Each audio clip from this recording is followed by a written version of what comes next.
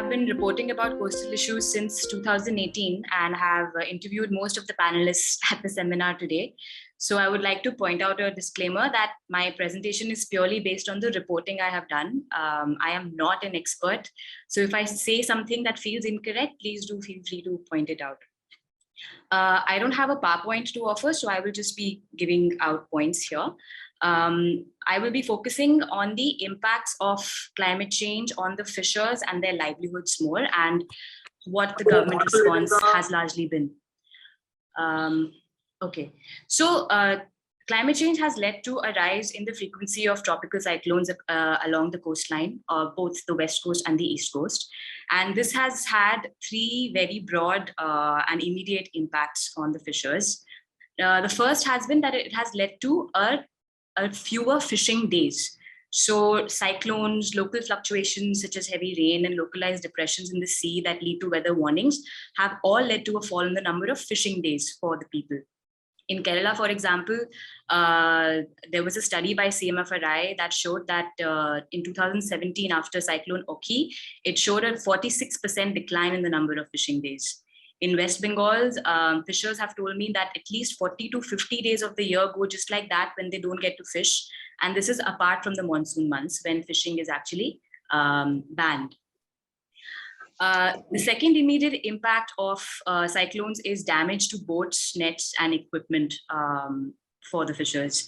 So one fisher in Odisha, Ganjam district, for example, told me that Cyclone Felin in 2013 had destroyed his 13 horsepower boat and his nets.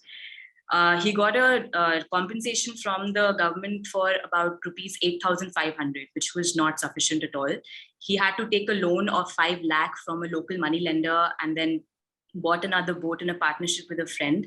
But the interest on that boat piled up faster than he could keep up. And then he eventually sold his share of the boat and has since been working on another friend's 9 horsepower vehicle. So all his assets today are gone. And on a good day, he can get a catch of up to rupees 1,500, but then nothing for the next 3-4 days. So he has to supplement his income by working as a construction worker. In Maharashtra, more recently, fishers lost their boats worth 25 lakhs during Tokte cyclone, and they received a compensation of rupees 25,000. In Gujarat, in the 1998 cyclone in Kutch, a lot of boats were destroyed, and people were the government was promoting more sturdy fiber boats, and a lot of fishers took loans to buy them, and they are still paying off that loan. The third impact, which is the very obvious impact, is the decline in fish catch.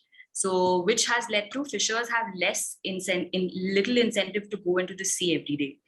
They ask each other about the conditions at the sea and the potential catch, and then assess on a daily basis whether it is worth the expense of taking their boats to sea.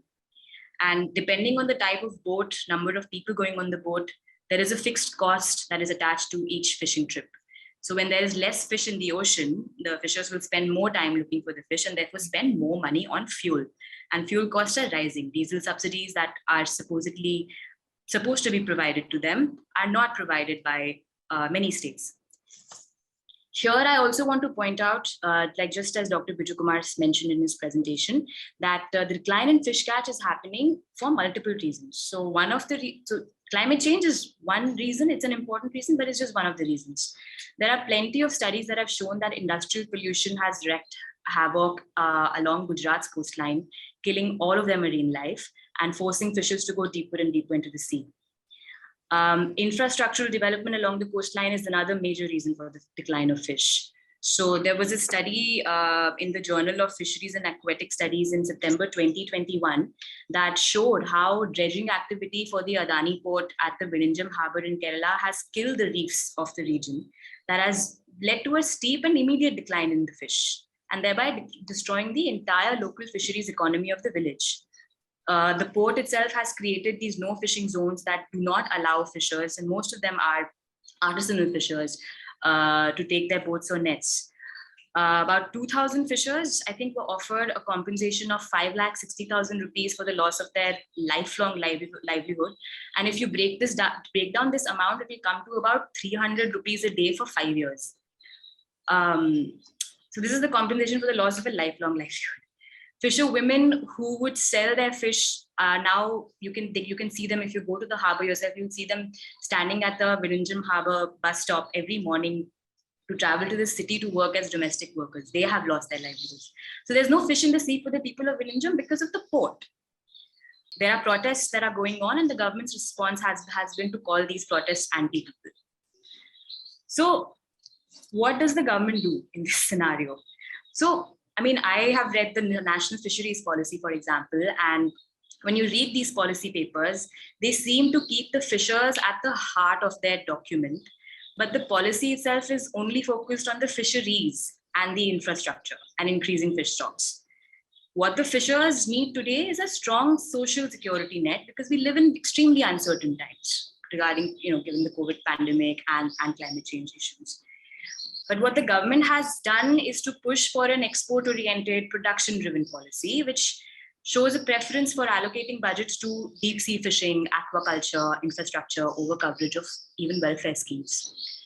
I think it was last year sometime, there was a joint study by International Institute of Sustainable Development and Dakshin Foundation that showed that the government has spent only 8% of their fisheries budget has been allocated to welfare schemes. So I did a story sometime back for The Wire where we tried to analyze the implementation of two old welfare schemes for the fishers. One is the savings cum relief, which comes in during the monsoon fishing ban, and the other is group insurance against accidents. We filed RTIs across all the 9 coastal states and looked at the state budgets, and also did a lot of interviews, and basically found out that in Gujarat and Maharashtra, these schemes are not accessible. In Odisha, there are some districts which have a fishing ban for up to 7 months because of the olive ridley turtles, and they get a compensation of 7,500 for the whole ban season. And Andhra, Karnataka, and Goa, also the implementation is very patchy. And Tamil Nadu and Kerala are the only 2 states where these 2 schemes seem to be functioning properly. So what needs to be done? There is a very clear disconnect between what the fishers want and what the government is providing. So there really needs to be a better mechanism of dialogue between the government and traditional fishers, and measures need to be taken to protect their rights and empower them. There needs to be better journalism in this space that connects the dots between ground reality, science, and policy. We don't have enough of that in the fisheries sector, at least. And there also needs to be more site-specific research that looks deeply into why the fisheries economy is not doing well. So climate change exists, but it is merely accelerating a damage that has been a long time coming because of our government's obsession with linear extractive growth models. And that really needs to be stopped.